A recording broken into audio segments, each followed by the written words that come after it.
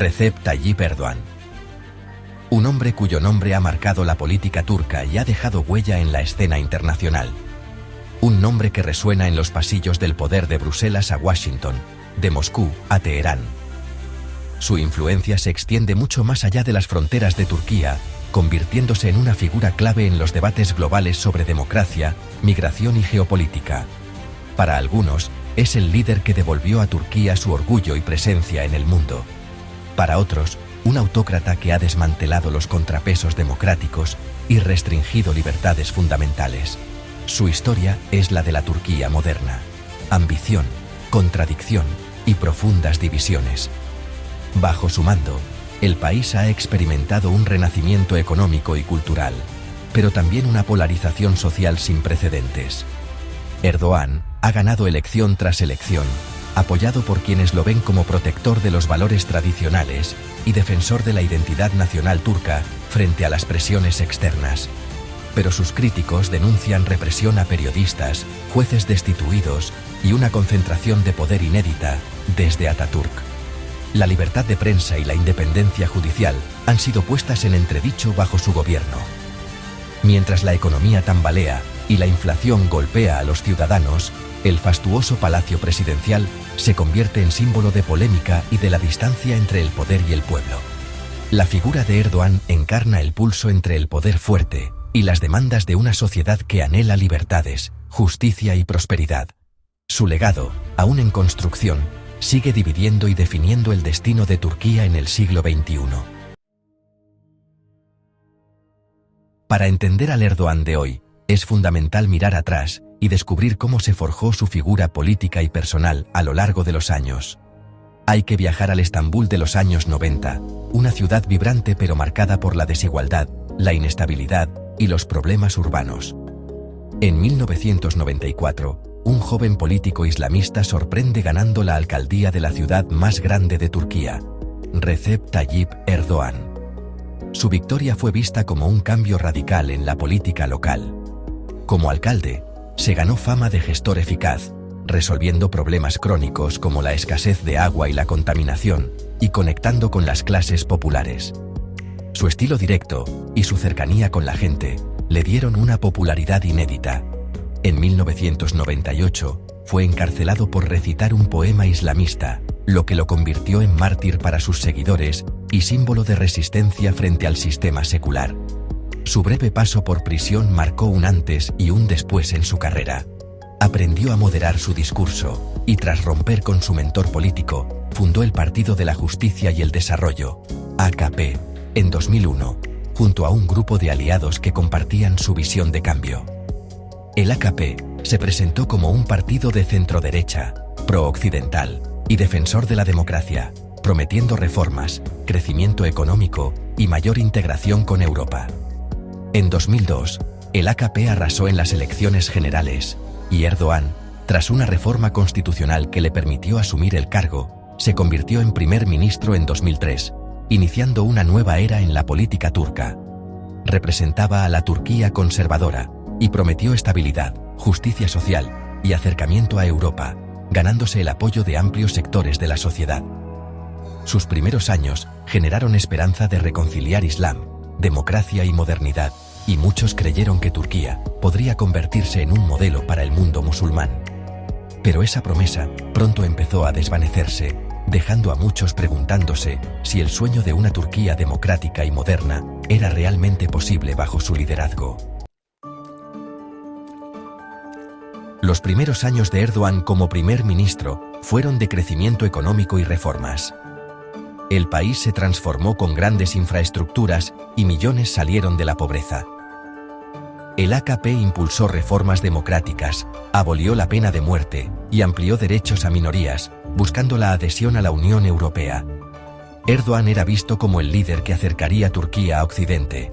Dio poder a una nueva burguesía conservadora y normalizó el uso del velo islámico. Para unos, era libertad. Para otros, el inicio de una agenda islamista.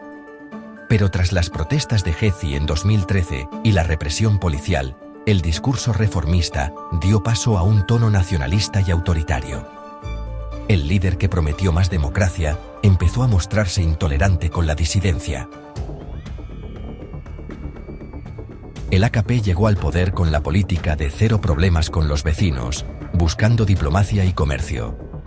Turquía mejoró relaciones con Siria, Grecia y Armenia, y se convirtió en mediador regional. Todo cambió con la primavera árabe. Erdoğan apostó por la caída de regímenes autoritarios y apoyó a los hermanos musulmanes. Ankara pasó de aliado de Assad a su enemigo, apoyando a la oposición siria. Por primera vez, Turquía intervenía activamente para promover un cambio de régimen. La guerra civil siria se estancó y se internacionalizó, trayendo consecuencias imprevisibles para Turquía. Erdoğan buscaba no solo derrocar a Assad, sino una realineación geopolítica favorable a Ankara. Así murió la política de cero problemas, dando paso a una era de riesgos y ambiciones regionales. La estrategia de Erdoğan en Siria culminó con el colapso del régimen de Assad en 2024, un evento que transformó radicalmente el equilibrio de poder en la región. Tras años de conflicto y negociaciones, la caída del régimen fue vista como un punto de inflexión, no solo para Siria, sino para todo el Medio Oriente. Con la instalación de un gobierno interino apoyado por Turquía, Ankara asumió un papel central en la reconstrucción y estabilización del país vecino, supervisando la transición política y garantizando su influencia en el nuevo orden sirio. Ankara se consolidó como árbitro del futuro sirio, gestionando alianzas y rivalidades y posicionándose como el principal interlocutor ante la comunidad internacional en los asuntos sirios. Al mismo tiempo, la crisis entre Irán y Occidente permitió a Erdoğan posicionarse como mediador y defensor de la estabilidad regional, aprovechando la oportunidad para fortalecer la imagen de Turquía como puente entre Oriente y Occidente. Alternando diplomacia y firmeza, Erdoğan ganó influencia en Teherán y se mostró como actor indispensable en las negociaciones, logrando que Turquía fuera vista como un socio confiable tanto por Irán como por las potencias occidentales. Su política exterior asertiva refuerza su imagen de líder global en casa, alimentando el orgullo nacional y consolidando su base de apoyo político en un momento de grandes desafíos. La influencia en Siria y su papel en la crisis iraní son presentados como grandes victorias diplomáticas, destacadas en los medios nacionales e internacionales como logros históricos para Turquía. Para sus seguidores, Turquía ya no es un actor secundario, sino una potencia autónoma capaz de definir su propio destino y de influir en los acontecimientos regionales. Sin embargo, este poder exterior contrasta con los problemas internos que se agravan, como la inflación, el desempleo y el descontento social, recordando que el éxito internacional no siempre se traduce en bienestar para todos los ciudadanos. El Palacio Presidencial de Ankara, Aksaray, es el símbolo más polémico del mandato de Erdoğan. Con más de 1000 habitaciones y un costo millonario, representa para muchos el lujo y la desconexión del presidente. Mientras la economía sufre, el gasto del palacio indigna a la oposición y a la ciudadanía. La brecha entre la opulencia del poder y las penurias de la calle es cada vez más visible. El palacio, construido desafiando órdenes judiciales, simboliza un poder por encima de la ley. Su arquitectura mezcla estilos históricos, reflejando la ambición de Erdoğan de ser heredero de una larga estirpe de líderes turcos. El Aksaray es más que una residencia, es la materialización de un proyecto de poder personalista. La inflación y la crisis económica marcan la vida cotidiana de millones de turcos. Fatma, pensionista, resume el sentir general. Antes llenaba la bolsa en el mercado, ahora apenas compra lo básico. Jóvenes cualificados como Ahmed buscan emigrar ante la falta de oportunidades.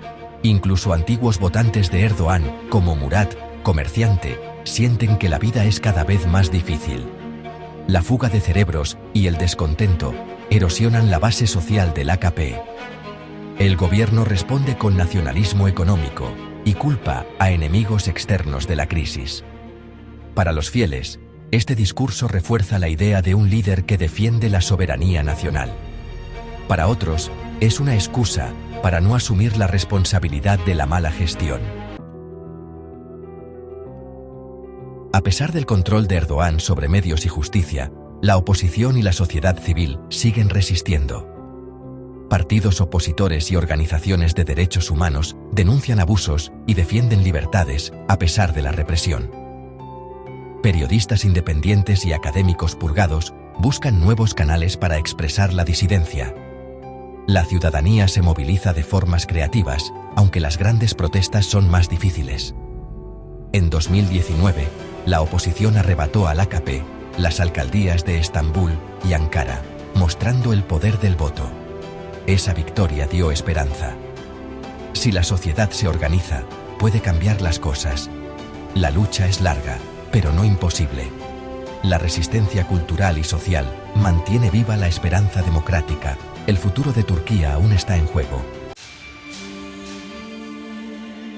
Turquía, en 2026, está en una encrucijada personificada en Erdoğan.